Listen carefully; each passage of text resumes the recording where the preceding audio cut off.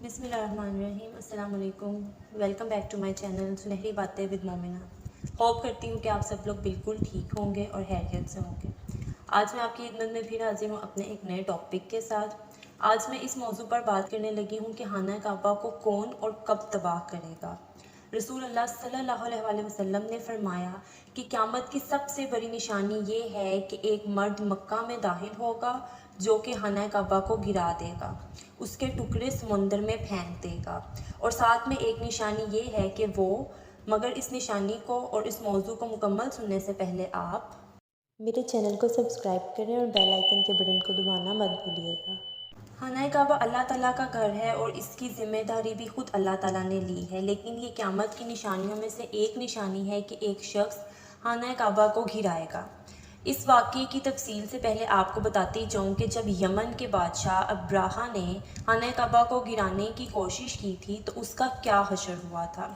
حضور اکرم صلی اللہ علیہ وآلہ وسلم کی پیدائش سے صرف 55 دن پہلے یمن کا بادشاہ ابراہا ہاتھیوں کی فوج لے کر کعبہ ڈھانے کے لیے مکہ پر حملہ آور ہوا تھا۔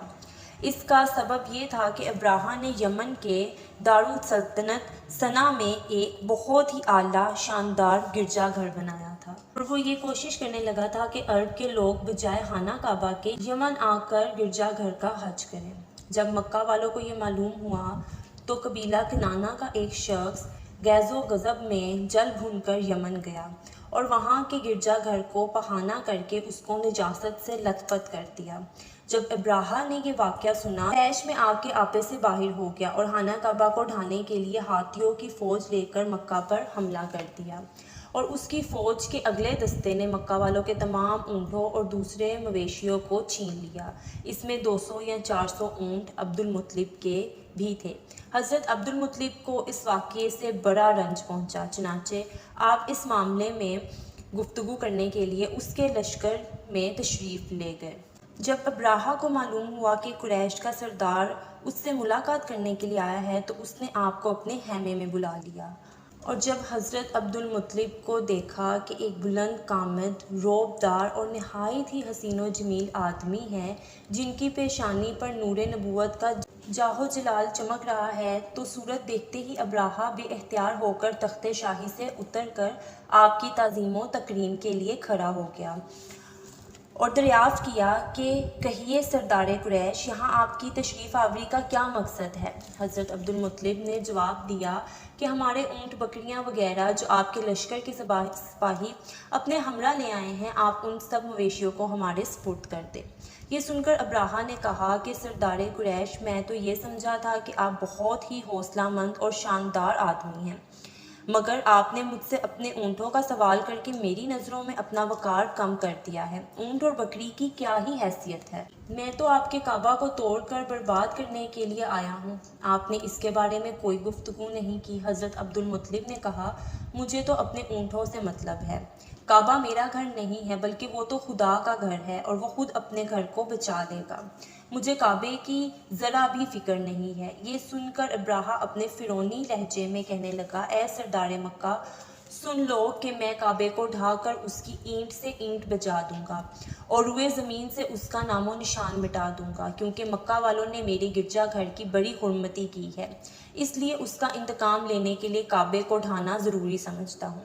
حضرت عبد المطلب نے فرمایا کہ پھر آپ جانیں اور خدا جانے، میں آپ سے سفارش کرنے والا کون ہوتا ہوں۔ اس گفتگو کے بعد ابراہا نے جانوروں کو واپس کرنے کا حکم دیا اور عبد المطلب تمام بکریوں اور اونٹوں کو لے کر اپنے ساتھ گھر چلے آئے اور مکہ والوں سے فرمایا کہ تم لوگ اپنے مال مویشی لے کر مکہ سے باہر نکل جاؤ اور پہاڑوں کی چوٹیوں میں چڑھ کر اور دروں میں چھپ کر پناہ کر لو۔ مکہ والوں سے یہ کہہ کر پھر خود اپنے خاندان کے چند آدمیوں کو لے کر خانہ کعبہ میں گئے اور دروازے کا حلقہ پکڑ کر انتہائی بے قراری کے ساتھ اللہ کی بارگاہ میں اس طرح دعا مانگنے لگے کہ اے اللہ، بے شک ہر انسان اپنے گھر کی حفاظت کرتا ہے، لہٰذا تو بھی اپنے گھر کی حفاظت فرما۔ لہٰذا سلیب والوں اور سلیب کے پجاریوں کے مقابلے میں اپنی اطاعت کرنے والوں کی مدد فرما۔ حضرت عبد المطلب نے دعا مانگی اور پھر اپنے خاندان کے لوگوں کو لے کر پہاڑ کی چوٹی پر چڑھ گئے اور خدا کی قدرت کا جلوہ دیکھنے لگے۔ ابراہا اب اگلی صبح کعبہ ڈھانے کے لیے اپنے لشکر کے ساتھ آگے بڑھا اور مقام مغمس میں پہنچا تو خود اس کا ہاتھی جس کا نام محمود تھا ایک دم بیٹھ گیا، پرچند مارا اور بار بار للکارا مگر ہاتھی نہ اٹھا۔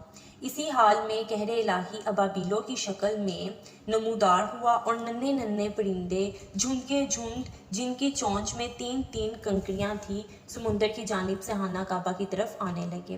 ابابیلوں کی اس فوج نے ابراہا کے لشکر پر اس زور و شور سے سنگِ باری شروع کر دی کہ آن کی آن میں ابراہا کے لشکر اور اس کے ہاتھیوں کے پرچے اڑ گئے۔ ابابیلوں کی سنگِ باری خداوند قہار و جبار کے قہر و غضب کی ایسی مار تھی کہ جب کوئی کنکر کسی فیل سوار کے سر پر پڑتی تھی تو وہ اس آدمی کے بدن کو چیرتی ہوئی ہاتھی کے بدن سے پار ہو جاتی تھی۔ ابراہا کی فوج کا ایک آدمی بھی زندہ نہیں بچا اور سب کے سب ابراہا اور اس کے ہاتھیوں سمیت اس طرح برباد ہو گئے کہ ان کے جسموں کی بوٹیاں ٹکڑے ٹکڑے ہو کر زمین پر بکھر گئیں۔ چنانچہ قرآن مجید میں سورہ فیل میں اللہ تعالیٰ اس واقعے کا ذکر کرتے ہوئے ارشاد فرماتے ہیں، یعنی اے محبوب، کیا آپ نے نہ دیکھا کہ آپ کے رب نے ان ہاتھی والوں کا کیا حال کر ڈالا؟ کیا داؤں کو تباہی میں نہ ڈالا اور ان پر پرندوں کی ٹکڑیاں بھیجی تاکہ انہیں کنکر کے پتھروں سے مارے تو انہیں چبائے ہوئے بھنس جیسا بنا دیا۔ جب ابراہا اور اس کے لشکر کا یہ انجام ہوا تو عبد المطلب پہاڑ سے نیچے اترے اور خدا کا شکر ادا کیا۔ ان کی اس کرامت کا دور دور تک چرچا ہو گیا اور تمام اہل عرب ان کو خدا رسیدہ بزرگ کی حیثیت سے قابل احترام سمجھنے لگے۔ اب آپ کو اس واقعے کے بارے میں بتاتی ہوں جو قیامت کے نزدیک پیش آئے گا اور جس کے بارے میں حضرت محمد مصطفیٰ صلی اللہ علیہ وسلم نے فرمایا تھا۔ اللہ پاک کا آپ صلی اللہ علیہ وسلم پر خاص کرم یہ ہے کہ آپ صلی اللہ علیہ وسلم کو اللہ پاک نے تمام علوم عطا فرمائے جن کا تصور ہماری انسانی ذہن کبھی نہیں کر سکتی۔ جو بات ہمارے نبی صلی اللہ علیہ وسلم نے فرما دی وہ پوری ہو کر رہے گی۔ اللہ پاک ارشاد فرماتے ہیں، وہ کوئی بات اپنی خواہش سے نہیں کرتے۔ اللہ کے علم کے سمندر کے مقابلے میں نبی پاک مصطفیٰ صلی اللہ علیہ وسلم کا علم ایک قطرہ ہے، مگر آپ صلی اللہ علیہ وسلم کا یہ قطرہ تمام مخلوق کے لیے ایک سمندر کے برابر ہے۔ یہ بات سچ ہے کہ ہم آپ صلی اللہ علیہ وسلم کہ علم کے بارے میں اندازہ نہیں لگا سکتے۔ اللہ کی ذات تو پھر بہت وسیع ہے، ہم اس کا اندازہ کس طرح لگائیں گے؟ آپ صلی اللہ علیہ وسلم نے گزرے ہوئے انبیاء کرام اور ان کی امتوں کے ساتھ جو واقعات پیش آئے ان کے بارے میں بھی اپنی امت کو آگاہ کر دیا۔ محدثین اور مفسرین کا کہنا ہے کہ جب قیامت قریب آنے والی ہوگی تو خانہ کعبہ کو گرائے جانے کا واقعہ پیش آئے گا۔